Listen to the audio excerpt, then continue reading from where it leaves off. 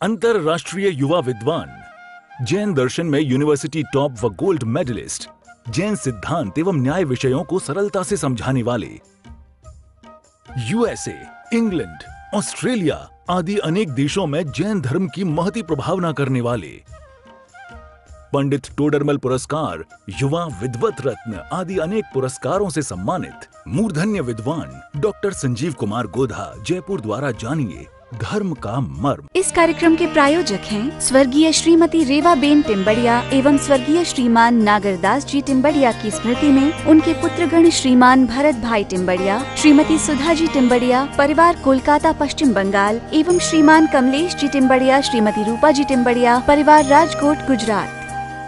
नमो हरिहंताणम, नमो सिद्धाणम, नमो आर्याणम, नमो वज्रायाणम, नमो लोये सव्यसाहुणम। ओकारं बिंदु संयुक्तं नित्यं ध्यायन्ति योगिनः, कामदं मोक्षदं चैव ओंकाराय नमो नमः। अविरल शब्द घनोग प्रक्षालित सकल भूतल मलकलंकः, मुनिभिरुपासित तीर्थः, सरस्वती हरतु नो दुरितान्।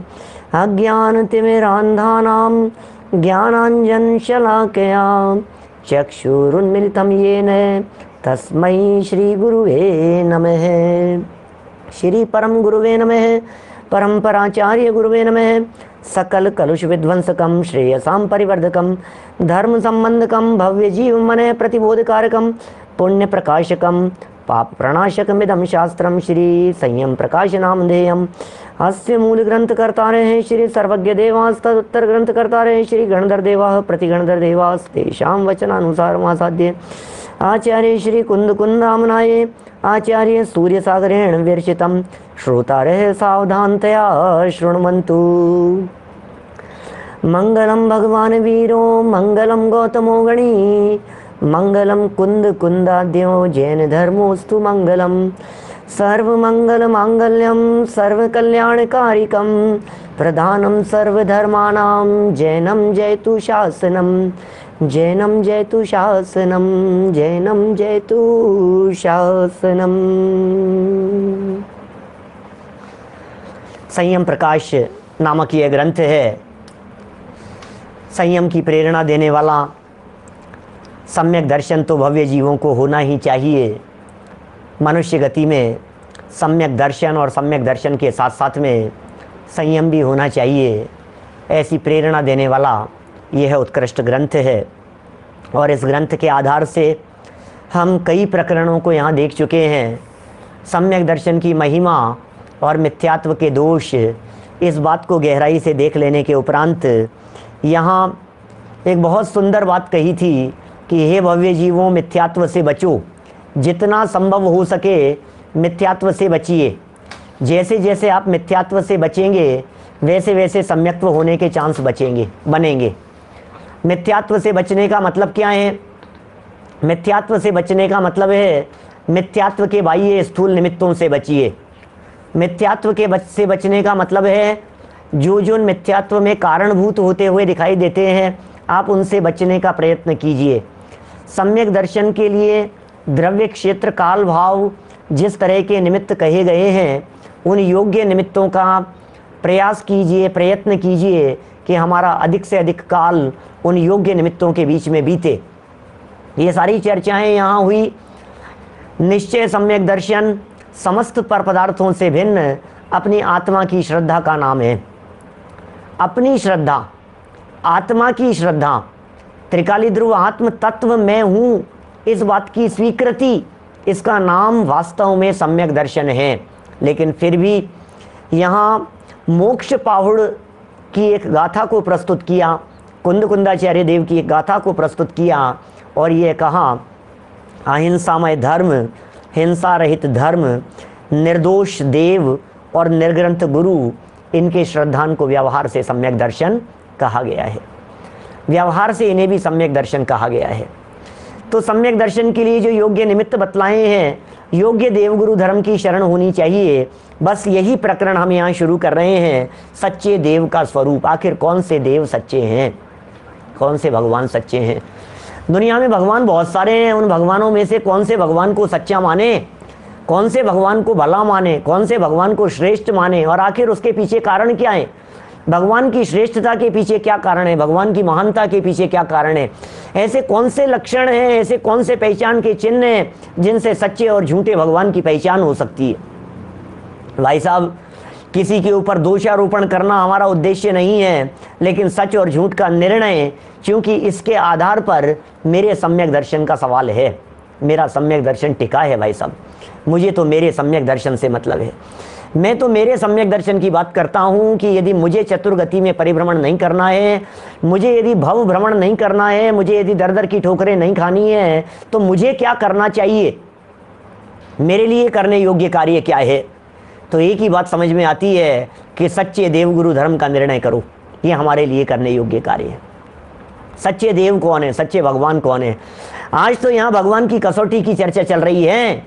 समंत भद्राचार्य कहते हैं, आप तो मीमांसा में तुम क्या बात करते हो पंडित जी, मेरी परीक्षा ले ली, तुम क्या कहते हो, पंडितों की विद्वानों की परीक्षा में क्या दम है, हम तो साक्षात भगवान की भी परीक्षा लेंगे। अरे बिना परीक्षा लिए हुए भगवान को भी स्वीकार नहीं करेंगे, बिना परीक्षा के तो भगवान के आगे भी मस्तक नहीं झुकाएंगे। आप तो मीमांसा देवागम नभोयान चामरादि विभूते माया विश्वपि दृश्यन्ते नातस्तमसिनो महान अध्यात्मम भैरप्येश विग्रहादि महोदय दिव्य सत्यो दिवोकस्तु प्यस्ति रागादिमत्सु से। ओह, किसको माने हम भगवान, किसे माने परमात्मा, निर्णय करेंगे हम, परीक्षा करेंगे हम कि तुम होते कौन हो हमारी परीक्षा करने वाले, कि तुम्हारी नहीं भगवान की भी परीक्षा करेंगे। भगवान की परीक्षा भगवान के लिए नहीं है, गुरु की परीक्षा गुरु के लिए नहीं है, शास्त्रों की परीक्षा शास्त्र के लिए नहीं है। भगवान की परीक्षा हमारे लिए है, अपने आप के लिए है, अपने आप के निर्णय के लिए है। बात ख्याल में आ रही है। कोई व्यक्ति पलट करके सामने से कह देवे तुम भगवान की परीक्षा करते हो, भैया क्यों, अपने आप के लिए कर रहा हूं, भगवान के लिए नहीं कर रहा हूं। उनके ऊपर उंगली उठाने के लिए मैं उनकी परीक्षा नहीं कर रहा हूं, मैं अपने श्रद्धान को तलाशने के लिए, अपने श्रद्धान को मजबूत करने के लिए भगवान की परीक्षा कर रहा हूं। देव की परीक्षा, शास्त्र की परीक्षा और गुरु की परीक्षा के संदर्भ में बहुत महत्वपूर्ण प्रकरण दिए हैं। निकालिए आप लोग अपने ग्रंथ में पेज नंबर 18 18 नंबर का पेज। धीरे धीरे ग्रंथ पहुंच रहे हैं लोगों के पास में, चिंता नहीं करें, धीरे धीरे सब चल रही है प्रक्रिया, लंबी प्रोसेस है, लंबी प्रक्रिया है, क्या करें। देखिए, सच्चे देव का स्वरूप, 18 दोषों के नाम और आप्त का लक्षण। क्या कह रहे हैं, 18 दोषों के नाम बतला रहे हैं, आप्त का लक्षण बतला रहे हैं, भगवान का लक्षण क्या है, 18 दोष कौन से हैं, उनसे रहित। आप्त क्या होता है, आप्त, आप्त कहते हैं अनंत भगवान को, आप्त कहते हैं तीर्थंकर परमात्मा को, आप तो उन्हें कहते हैं जिनकी वाणी कीर्ति हो, आप तो उन्हें कहते हैं जिनका उपदेश होता हो। हमारे यहाँ जैन परंपरा में तीर्थंकरों के लिए, अरहंतों के लिए एक मूल शब्द का प्रयोग प्राचीन काल से किया जाता रहा है, उसका नाम है आप्त। आप्त, आप्त माने सच्चे देव, आप्त माने हमारे भगवान। अरिहंत, अरिहंतों के लिए आप्त शब्द का प्रयोग होता है, सच्चे देव के लिए आप्त शब्द का प्रयोग होता है। धर्म संग्रह श्रावकाचार नामक ग्रंथ है, इस ग्रंथ के 7 और 8 नंबर के श्लोक में सच्चे देव को 18 दोषों से रहित बतलाया है। देखिए जरा, क्षुत पिपासे भय द्वेषौ मोह रागौ स्मृतिर्जरा रुग मृति स्वेद खेदौ च मदः स्वापो रतिर्जनिः विषाद विस्मयावेतौ दोषा अष्टादशेरितः एभिर्मुक्तो भवेदाप्तो निरंजन पदाश्रित। हो, कौन निरंजन है, कौन निरंजन पदवी के धारी है। देखिए, अर्थ, क्षुधा, तृषा, 18 दोष नहीं होते हमारे भगवान के, भगवान निर्दोष होते हैं। अरे भगवान में भी दोष होंगे तो फिर क्या फर्क रह जाएगा भगवान में और हमारे में। इस दुनिया में ऐसा कोई नहीं है जिसके दोष नहीं हो, इस दुनिया में ऐसा कोई नहीं है जिसमें कमियां नहीं हो, इस दुनिया में ऐसा कोई नहीं है जिसमें गलतियां नहीं हो, जो निर्दोष हो, ये दुनिया में कोई नहीं है। लेकिन एकमात्र परमात्मा ऐसे होते हैं जो निर्दोष होते हैं। शास्त्रों में 18 प्रकार के दोषों की चर्चा की है। जो 18 प्रकार के दोषों से रहित हो जिनके 18 प्रकार के दोष नहीं हो वे हमारे भगवान हैं। कौन से हैं 18 दोष, जान तो लीजिए पहले, फिर चर्चा करेंगे किस किस में कौन कौन से हैं। अर्थ देखिए, क्षुधा माने भूख, भूख लगती है क्या हमारे भगवान को है? क्षुधा रोग विनाशनाय नैवेद्यम निर्वपामीति स्वाहा, नैवेद्य चढ़ाते हैं भगवान को, लड्डू लड्डू खाते हैं क्या हमारे भगवान? भूख नहीं लगती है भगवान को, क्षुधा से रहित है। तृषा, प्यास नहीं है उन्हें, पानी भी नहीं पीते हैं। राग नहीं है, द्वेष नहीं है, मोह नहीं है, जन्म नहीं है, जरा नहीं है, जन्म नहीं होता भगवान का। हमारे जो भगवान होते हैं उनका पुनर्जन्म नहीं होता। एक बार भगवान बन जाने के बाद में अब उनके जन्म नाम का दोष, जन्म दोष है, जन्म बीमारी है, जन्म प्रॉब्लम है। क्या बात कर रहे हो आप कि हाँ जन्म लेना ही अपने आप में एक प्रॉब्लम है? क्या बात कर रहे हो पंडित जी, जन्म लेना प्रॉब्लम है? कि हाँ जी हाँ, जन्म लेना प्रॉब्लम है भैया। आपको नहीं मालूम? रोजाना पूजन करते हो और फिर भी आपको नहीं पता। जन्म जरा मृत्यु रोग विनाशनाय जन्म निर्वपामीति स्वाहा। ओम ह्रीं श्री देव शास्त्र गुरुभ्यो, ओम ह्रीं श्री महावीर जिनेन्द्राय, जन्म जरा मृत्यु विनाशनाय, जन्म जरा मृत्यु विनाशनाय। जन्म जरा मृत्यु रोग है, जन्म जरा मृत्यु रोग है, बीमारियां हैं भाई साहब। जन्म लेना कोई अच्छा काम थोड़ी ना है। हमारे भगवान अवतार नहीं लेते क्या? हमारे भगवान अवतार नहीं लेते, उनका जन्म नहीं होता। दुष्टों का संहार करने के लिए, भक्तों का उद्धार करने के लिए हैं। यदा यदा ही धर्मस्य ग्लानिर्भवति भारत है अभ्युत्थानम अधर्मस्य तदात्मानं सृजाम्यहम्। ओहो, क्या होगा जब जब इस धरती के ऊपर पाप का बोझ बढ़ता चला जाएगा तो धर्मात्माओं की सुरक्षा करने के लिए मैं अवतार अंगीकार करूँ। अरे भाई कहाँ अवतार की बात है क्या? जरा का मतलब होता है बुढ़ापा, जरा माने बुढ़ापा।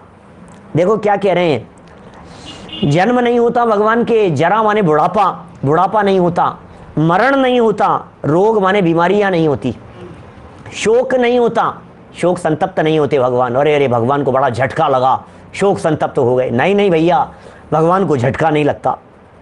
भय नहीं होता भगवान को, डर नहीं लगता किसी चीज का। अरे भगवान किससे डरेंगे? भगवान को किस बात का डर है? खेद नहीं होता भगवान को, निद्रा नींद नहीं आती। सो गए साहब भगवान, सो गए क्या? जगाना पड़ेगा भैया। अब तो भगवान शयन कक्ष में चले गए, निद्रा में चले गए भगवान। हमारे यहाँ भगवान कभी नहीं सोते, नींद नहीं आती है भगवान को, निद्रा नाम का दोष है, उससे रहित हो गए हैं।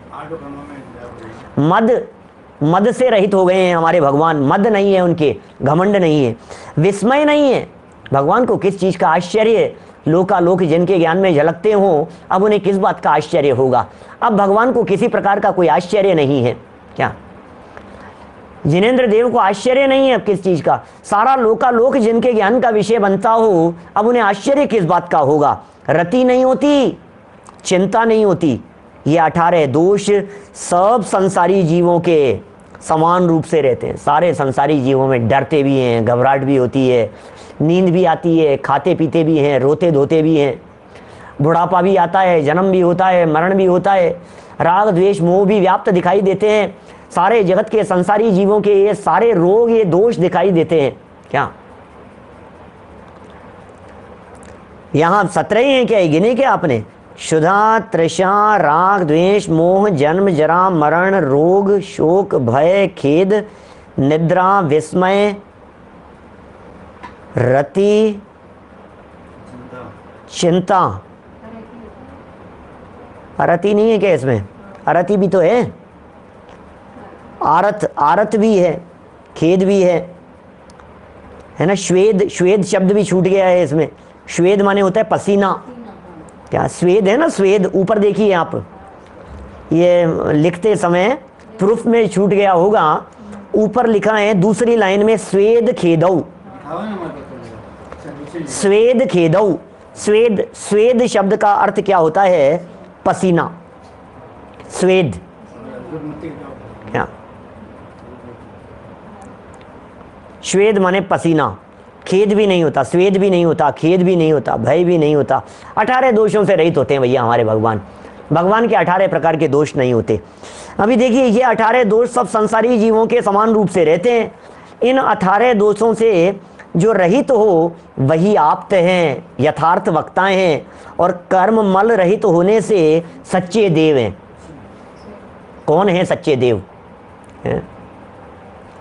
आप तेनो छिन्न दोषेण सर्वज्ञेन आगमेशिना भवितव्यम नियोगेन नान्यता आप्तता भवेत क्षुत पिपासा जरातंक जन्म अंतक भयस्मयाः न राग द्वेष मोहाश्च यस्याप्ते से प्रकीर्त्यते। क्या क्या कह रहे हैं? ये समंत भद्राचार्य देव ने लिखा है श्लोक। क्या? क्षुत पिपासा जरातंक, जरा बुढ़ापा, आतंक, क्षुत पिपासा जरातंक जन्म अंतक भय स्मयाः न राग द्वेष मोहाश्च यस्याप्ते से प्रकीर्त्यते। भगवान की मूर्ति के भी पसीना नहीं आता है, पसीना तो दोष है। अरे सुनिए, अभी अभी कहीं एक प्रकरण मैंने पढ़ा, सुना, जाने कहाँ मैं भूल गया, अभी कुछ दिनों में रिसेंट में कहीं कोई चर्चा आई। क्या माने भगवान की प्रतिमा के पसीना आ जाना, ये पसीना आ जाना ये महा अनर्थकारी है, ये दोष है, ये कोई चमत्कार नहीं है, ये कोई शुभ लक्षण नहीं है, ये कोई अच्छा लक्षण नहीं है, ये किसी न किसी प्रकार के अपशकुन होने का सूचक है, ये किसी निमित्त यानी पता नहीं कहाँ कोई, मैं एकदम क्लिक नहीं कर रहा है मेरे माइंड में, लेकिन ये जो है ये अनर्थ का सूचक है भाई साहब, ये अच्छा नहीं है। यदि आपके यहाँ किसी जगह पर किसी प्रतिमा में यदि कहीं पसीना आ रहा हो तो आप ये मान लीजिए कहीं ना कहीं कुछ गड़बड़ होने की संभावना है, अच्छा नहीं है। और पसीना आता नहीं है, पसीना कैसे आएगा पाषाण की प्रतिमा के? ये कुछ एक साइंटिफिक प्रक्रिया होती है, अभी चर्चा चल गई है तो मैं आपसे कह देता हूँ। ऐसी साइंटिफिक प्रक्रिया होती है कि सर्दी और गर्मी के दिनों में जब गर्मी बहुत तेज पड़ती है तो पाषाण की प्रतिमाओं में कई जगह पर कई विशेष जाति के पत्थर होते हैं अलग प्रकार के। जब बहुत ज़्यादा गर्मी पड़ रही है, बहुत ज़्यादा गर्मी पड़ रही है, तपतायमान हो रहा है पत्थर समझ लीजिए किसी क्षेत्र के ऊपर, और फिर अचानक कोई ठंड का समय आया तो ठंड पड़ी, तो अंदर तो थी गर्मी और फिर पड़ी एकदम ठंड, तो ठंड पड़ने पर वो उस पत्थर में से ही, उस पाषाण में से ही कहीं उस तापमान के उतार चढ़ाव से ऐसा फर्क पड़ता है कि पानी की बूंदें फूट पड़ती है उस ठंडे गर्म के कारण से। एक एग्जाम्पल देता हूं आपको मॉइस्चर के संदर्भ में, बहुत प्रैक्टिकल, आप रोजाना अपने घरों में देखते हैं। स्टील का पानी का गिलास है, स्टील का गिलास, उस स्टील के गिलास में यदि आपने कोई ठंडा पानी डाला है अंदर, तो ठंडा पानी डाला है तो उस स्टील के गिलास में बाहर पानी की बूंदें आ जाती है।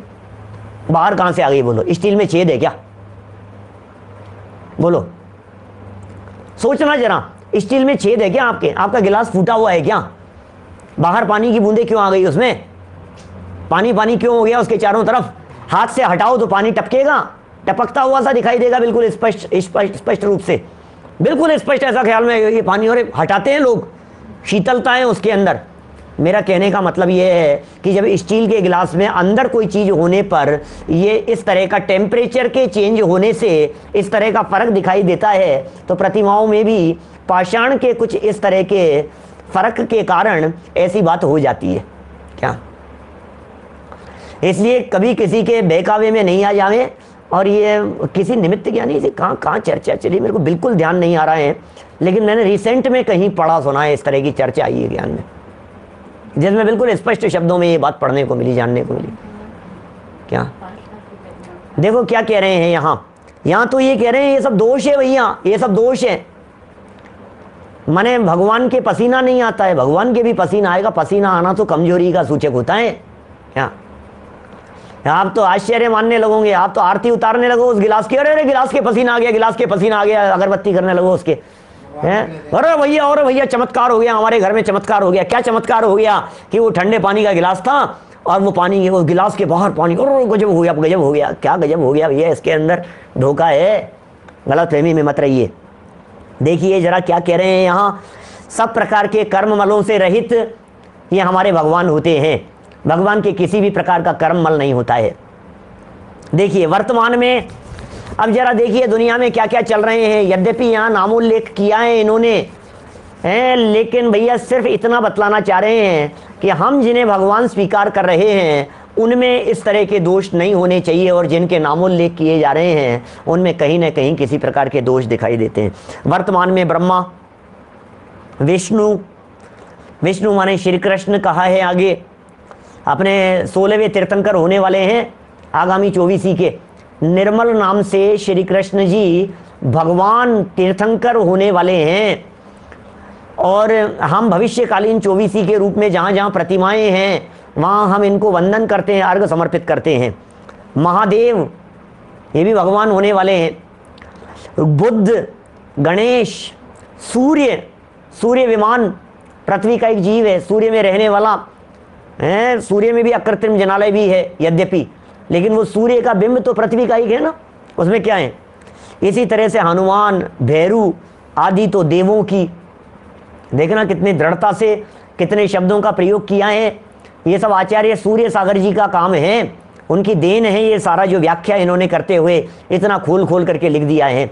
कहीं कहीं तो ऐसा लगता है मुझे, टोडरमल जी ने जिस दृढ़ता से 5वां अध्याय लिखा, 6ठा अध्याय लिखा, उसी दृढ़ता से एक एक प्रतिपादन किया, एक एक प्रकरण का। आपको लगेगा कि ये सब वर्तमान आचार्य लिख रहे हैं, वर्तमान मुनिराज 70 साल पहले जिनका स्वर्गवास हुआ है, 72 साल पहले सन 1951 में जिनका स्वर्गवास हुआ, 1951-1952 में, बोलिए 1951 में, और उससे 10-5 साल पहले शायद ये शास्त्र लिखा होगा उन्होंने। माने 80-85 साल पहले की ये रचनाएं हैं जो हम यहाँ पढ़ रहे हैं। भरत क्षेत्र के तीर्थंकर होंगे श्री कृष्ण, आगामी 24 के तीर्थंकर होंगे, हमारे यहीं के तीर्थंकर होने वाले हैं। देखिए जरा क्या कह रहे हैं, इत्यादि देवों की, लक्ष्मी, सरस्वती विद्या के नाम पर, धन के नाम पर, काली, भवानी, शीतला आदि देवियों की, घोड़ा, बैल आदि वाहनों की। अभी 70-80 साल पहले की बात है, उस समय तो घोड़ा गाड़ी बहुत चला करती थी, ऊंट गाड़ी बहुत चला करती थी, बैलगाड़ी बहुत चला करती थी, हैं आदि वाहनों की, बड़ के पेड़ की, तुलसी की, पीपल की आदि वृक्षों की। ये सब वृक्ष एक इंद्रिय हैं। और तो और तोप की, राफेल खरीदी अपन, अभी उसकी पूजा करते हैं। तोप की कर रहे हैं, तलवार की कर रहे हैं, शस्त्रों की कर रहे हैं। ये सब वर्तमान काल में ये सारे दुनिया भर में इस तरह की पूजाएं हो रही है। फिर समुद्र की कर रहे हैं, नदी की कर रहे हैं, कूप की कर रहे हैं, कुआं, तालाब आदि जलाशयों की। क्या क्या बात कहें भाई साहब, किन किन में देवत्व पने की बुद्धि हो रही है, किन किन में परमात्मा पने की बुद्धि हो रही है। जल कायिक जीव जो कि एकेंद्रीय जीव हैं, आगे लिख रहे हैं अग्नि कायिक जीव जो कि एकेंद्रीय जीव हैं, पर्वत जो कि पृथ्वी कायिक जीव हैं, पीछे कह दिया इन्होंने समुद्र वगैरह जल कायिक जीवों की चर्चा कर दी, बड़, पीपल, तुलसी आदि कह करके वनस्पति कायिक जीवों की चर्चा कर दी। हम सैनी पंचेंद्रिय है, बोलो क्या। इनके बेटे अभी जीवन है, जिंदा है, उनका नाम डॉक्टर एसला है, ये सामने लिख रहे हैं। उनकी एज 85 की है। ये सूर्य सागर जी महाराज के सुपुत्र। ये सब हैं, कोई बात नहीं, परिवारजन होंगे, उन्हें पता होना चाहिए कि उनके पिताजी क्या काम करके गए हैं। सच में टोडरमल जी की परंपरा के लोग होंगे, लेकिन उन्हें पता ही नहीं है। संतलाल जी कवि की परंपरा के सज्जन मिले थे मेरे को अभी विश्वास नगर में 1.5-2 साल पहले। संतलाल जी कवि के, उनके पोते के बेटे है, ऐसा कोई रिलेशन था। तो इसी तरह से टोडरमल जी के बच्चे पोते कहीं ना कहीं होंगे। लेकिन भैया हमें कम से कम इस प्रकार का भाव वासन तो होना चाहिए कि हमारे पूर्वजों ने क्या काम किया है। वीर प्रभु की हम संतान, क्या जानो, समझो, सीखो, पढ़ो। क्या पोते हैं, प्रदीप पाटनी जी सही कह रहे हैं, पोते हैं, पुत्र तो नहीं है, पोते हैं उनके। देखिए क्या कह रहे हैं, और देखो पर्वत, भूमि, देहली पूज रहे हैं, गजब हो गया। दवात को पूज रहे हैं, कलम को पूज रहे हैं, कोई हल को पूज रहा है, कोई मूसल को पूज रहा है, सैकड़ों वस्तुओं की और उनमें देवपने की बुद्धि रखकर पूजा की जाती है। क्या कह रहे हैं, वर्तमान में ये वर्तमान काल का ये ऐसा प्रभाव है भाई साहब, चाहे जिस चीज की पूजा करने लग जाए। इस कार्यक्रम के प्रायोजक हैं स्वर्गीय श्रीमती रेवाबेन टिम्बड़िया एवं स्वर्गीय श्रीमान नागरदास जी टिम्बड़िया की स्मृति में उनके पुत्रगण श्रीमान भरत भाई टिम्बड़िया, श्रीमती सुधा जी टिम्बड़िया, परिवार कोलकाता पश्चिम बंगाल एवं श्रीमान कमलेश जी टिम्बड़िया, श्रीमती रूपा जी टिम्बड़िया, परिवार राजकोट गुजरात।